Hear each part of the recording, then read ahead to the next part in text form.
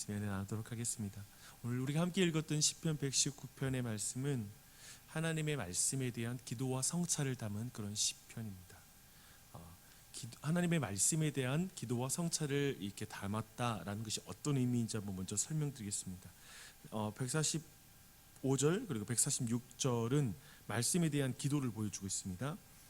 여호와여, 내가 전심으로 부르짖었사오니 내게 응답하소서. 내가 주의 교훈들을 지키리이다. 내가 주께 부르짖었사오니 나를 구원하소서. 내가 주의 증거들을 지키리이다. 하나님의 말씀과 관련된 기도를 담고 있죠. 그리고 160절 말씀은 말씀에 대한 성찰을 담고 있습니다.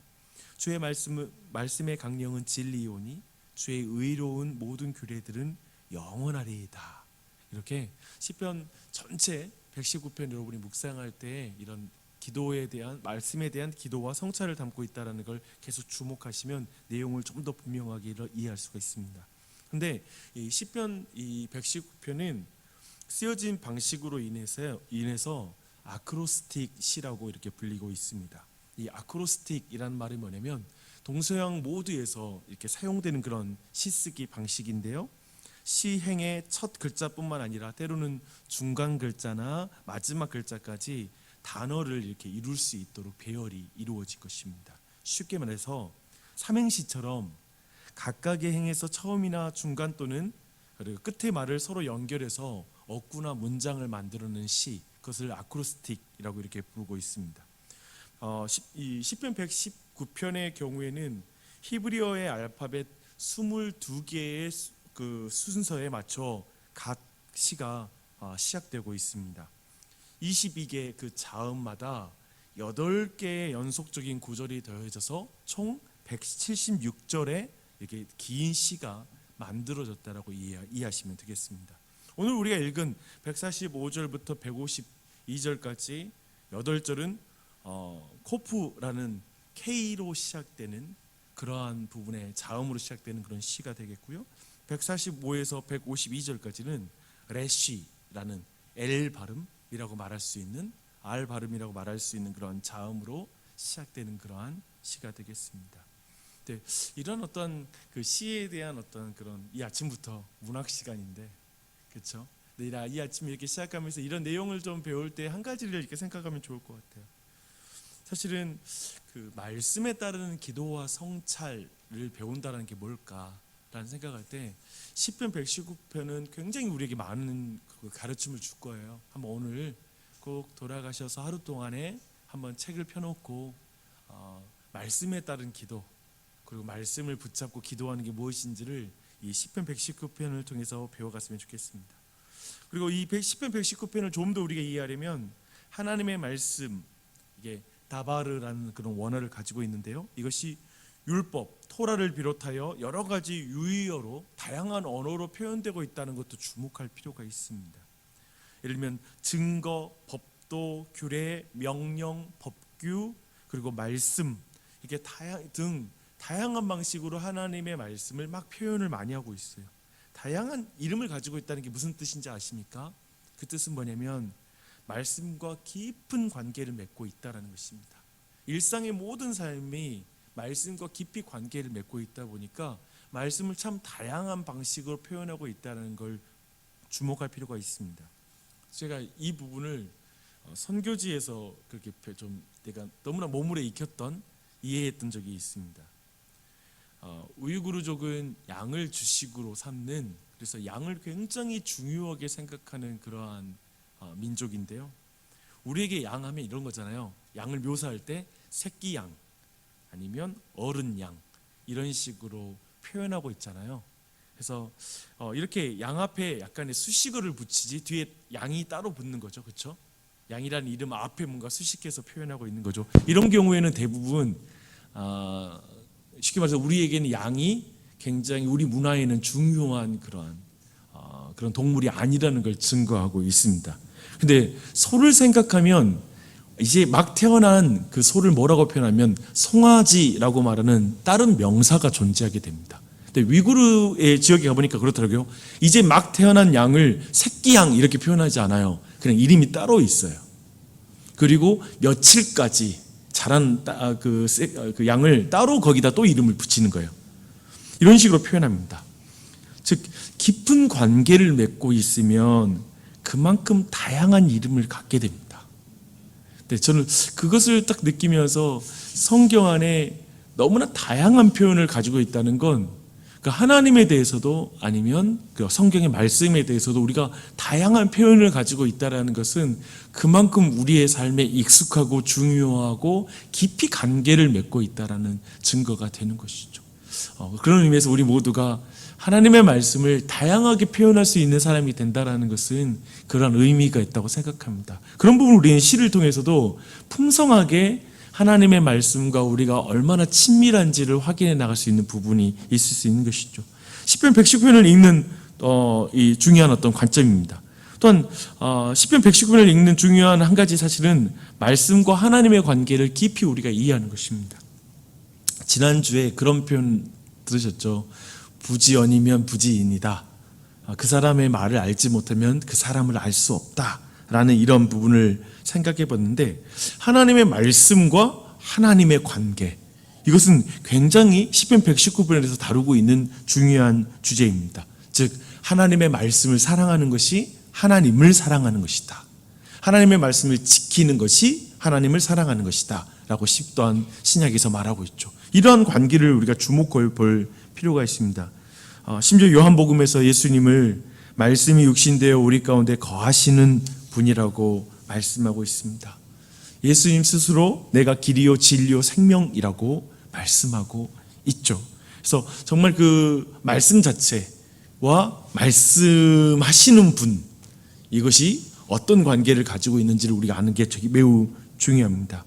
그리고 하나님을 사랑하면 하나님의 법을 행한다라고 말하는 시편 119편의 이 맥락이 여전히 아주 오래전부터 이렇게 관계를 이렇게 설명하고 있다는 걸 우리가 주목해서 볼 필요가 있습니다. 하나님의 말씀에 대한 사랑은 곧 그 말씀하신 분을 사랑하는 것이라고 계속해서 강조하죠. 그래서 2절에서 말씀 보면요, 복된 자들은 그분의 증거들을 지킨 자들이니 온 마음으로 그분을 구한다.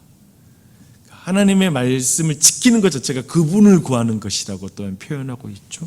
그래서 여러분이 같이 그러한 자리에 나아갔으면 좋겠어요. 이제 제가 오늘 말씀을 쭉 읽어드리고 좀 오늘 같이 기도했으면 좋겠어요. 그냥 좀 더 원어를 중심으로 해서 오늘 시편을 좀 더 번역한 내용을 읽어드릴게요. 읽어드리면서 잠깐 제가 언급해드리면서 오늘 말씀 마무리하도록 하겠습니다. 145편 여러분 개역개정으로 한번 보시면서 비교해가면서 한번 들어보십시오. 이제 코프로 시작됩니다. 145절. 제가 온 마음으로 부르니 여호와시여 제게 응답하십시오. 주님의 규례들을 저로 지키게 하십시오. 제가 주님을 부르니 저를 구원하십시오. 그래서 저로 주님의 증거들을 지키게 하십시오. 주님의 응답을 구하되 그 응답으로 말미암아 내가 주님의 증거를 지키게 되게 해달라는 간구가 강하게 드러나고 있습니다. 147편 10절. 제가 새벽 전에 깨어 도움을 청하며 주님의 말씀을 기다립니다. 주님의 말씀을 묵상하려고 제 눈이 밤중에 깹니다. 특별히 새벽과 밤중이라는 시간을 묘사하며 내가 깨어서 주님의 말씀을 간절히 기다리고 있고 주님의 말씀을 묵상하고자 하는 갈망이 드러나고 있습니다. 149절입니다. 제 소리를 주님의 인애에 따라 들으시고 여호와시여 주님의 법규대로 저를 살게 하옵소서. 간계를 쫓는 자들이 가까이 왔지만 그들은 주님의 율법으로부터 멉니다. 여호와 주님은 가까이 계시며 주님의 모든 명령은 진리입니다. 전 150절, 151절에서 보이는 건 뭐냐면 간계를 쫓는 자들이 가까이에 있다는 거예요. 동시에 시인은 주님이 가까이 계시다는 걸 느끼죠. 우리 주변에 오늘도 간계를 행한 자들이 가까이 있겠죠. 하지만 주님도 가까이 계실 것입니다.